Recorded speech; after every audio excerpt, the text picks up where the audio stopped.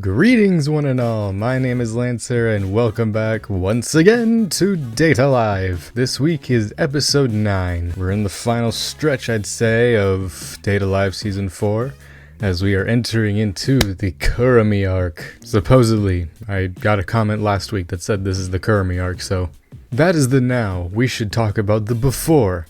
Last week's episode, episode 8, whew, finally the wrap-up of the Mukuro arc. We got to see Mukuro at her full power in a cool looking like red-ish gold form, as well as some inverted Toka action, and Shido managed to seal both of them, so hooray, we win for now of course. But as the end credits scene of last week's episode showed, Kurumi is back, and I'm really curious to see what her shtick is right now, like what are we doing?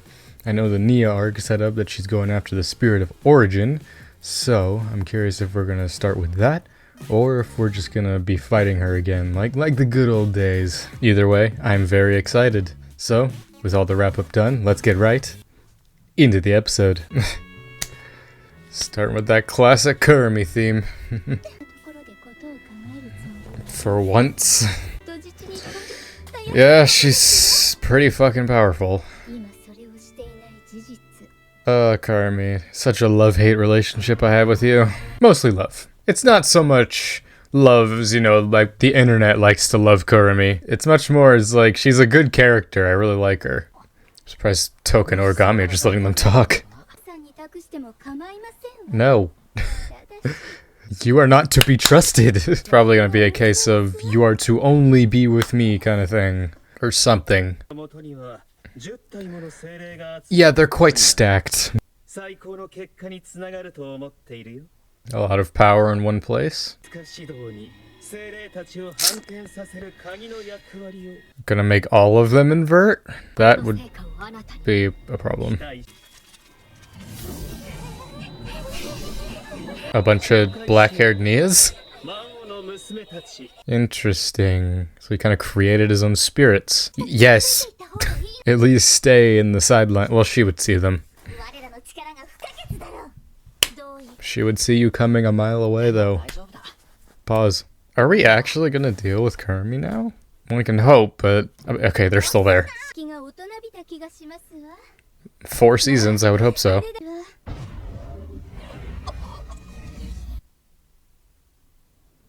Okay, well that was fast. Ellen coming to the rescue, maybe?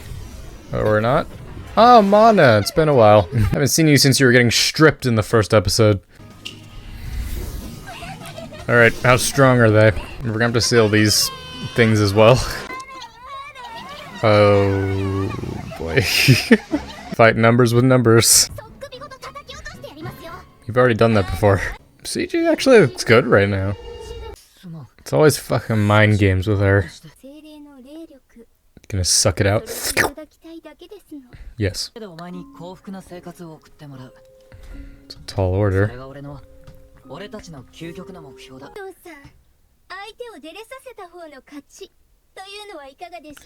It's always a game.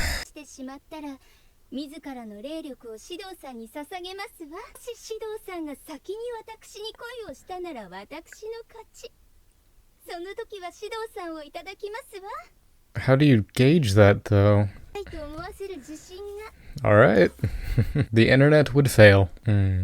This is all interesting, man. I don't have much to say, really, because it's... curious what Mukuro thinks about all this. Have her get some input. Don't make this weird, please.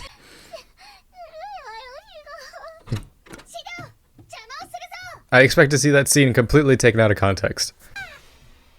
Well, okay, the show did it for me.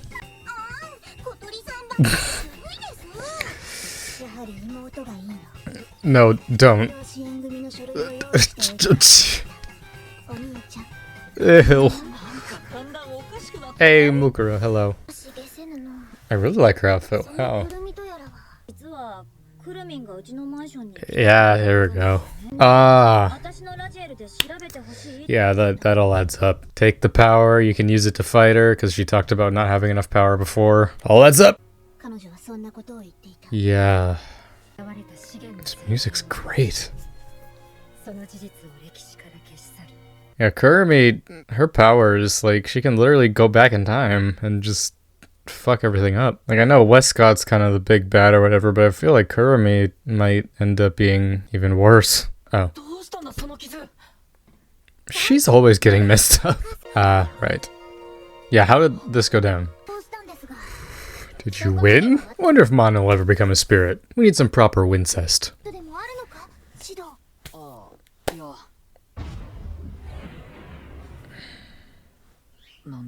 Speak your frickin' mind, bro. Jesus. The tone of this arc is already very interesting. Very different. Despite it being a character that's been around since season 1.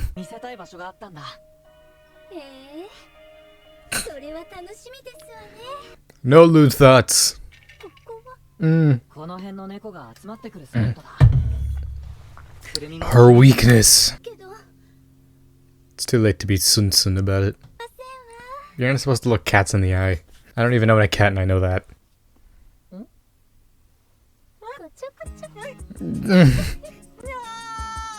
Ew, God. What the hell? That's what... the hell is that ending, man? You know what? Sure, man. Whatever you're into. That was interesting. Well, that was Data Live episode 9. Ended in a very weird place, but that is Data Live sometimes. After all, the first episode did end with Nia going, sorry, I'm only into 2D men. I'm already really into this arc. I mean, it is kind of cheating considering the fact that, you know, Kurumi's been around since the very, very beginning, practically. So even if Shido doesn't succeed, I mean, obviously he's not going to die, but I'm very curious to see how they delve further into Kurumi's character, at least. So now Kurumi's plan has been all revealed pretty much. She's gonna take Shido's power to aid her in her battle against Origin, which makes me think that she'll probably succeed then, because it'll probably be like a Thanos Infinity Stone situation where it's like, of course he's gonna get them all. Curious to see how we get there. Only 3 episodes left. The last bit of the arc then, last bit of the season. I honestly wouldn't be surprised if this season maybe ends on a cliffhanger. Maybe the last episode might end with her getting all of the powers, and then it just ends. Like, that would be nuts. Again, like an Infinity War situation. But overall, this was a really good episode. Ever since at least episode 6 on, every episode has been really solid. This is giving me similar vibes to when the Origami arc last season started. So I feel like it might be going that kind of way. So I'm really looking forward to that, because I love... The Origami arc is one of my favorite arcs. It's probably my favorite arc just because of how it was handled. Despite all the serious tone and everything, there were still some good slice of life, heartfelt moments in this episode. Just with, you know, the whole tickle and coterie thing, all the spirits getting in on the action a bit. Mukuro wasn't too prevalent in this episode, but that's fine. Because, again, we had a very heavy arc with her, but she had a little bit of input, which was good. Really likes her outfit. I like how it's a mixture of her red form. I imagine... this next episode will delve more into certain stuff and probably will set up a potential fight, maybe. Just from like pictures and whatnot that I've seen, I'm pretty sure Yoshino fights Kurumi at some point. You know, getting a little bit of vengeance for that one time where she, you know, flashed Yoshino. Which is good. Yoshino hasn't been too prevalent in this season. Good, I want to see a little more with her, of her. Yoshino's always been one of the ones that's like, as the roster's gotten bigger and more's been happening, I sort of kind of forget about, and then I'm just like, every time she's on screen, I'm just like, oh yeah, Yoshino. I'm gonna miss this season, man. I'm gonna miss Dead Alive again, because it's gonna be who knows how many years or whatever until we get the next season, because the gap between season 3 and 4 was what, like 3-4 years? The quality at least has improved somewhat. I think still in terms of art style, season 1 and 2 still had the best art style in my opinion. Obviously animation, I mean,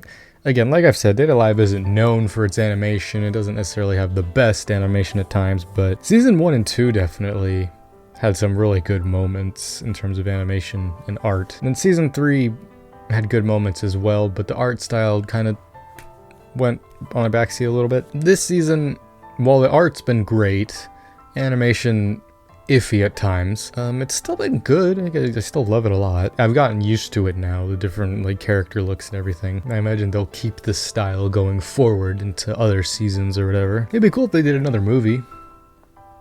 I'd like that a lot. But alas, going forward into next episode, really looking forward to see how we deal with Kurumi and just how this little contest of theirs goes. But that will be for next time. Thank you all for joining me on this episode. Look forward to more reactions going forward, as well as Obi-Wan Kenobi. I was late on those first 3 episodes, but I have a plan now. You'll be seeing more of that coming soon. So until next time, I'm Lancer.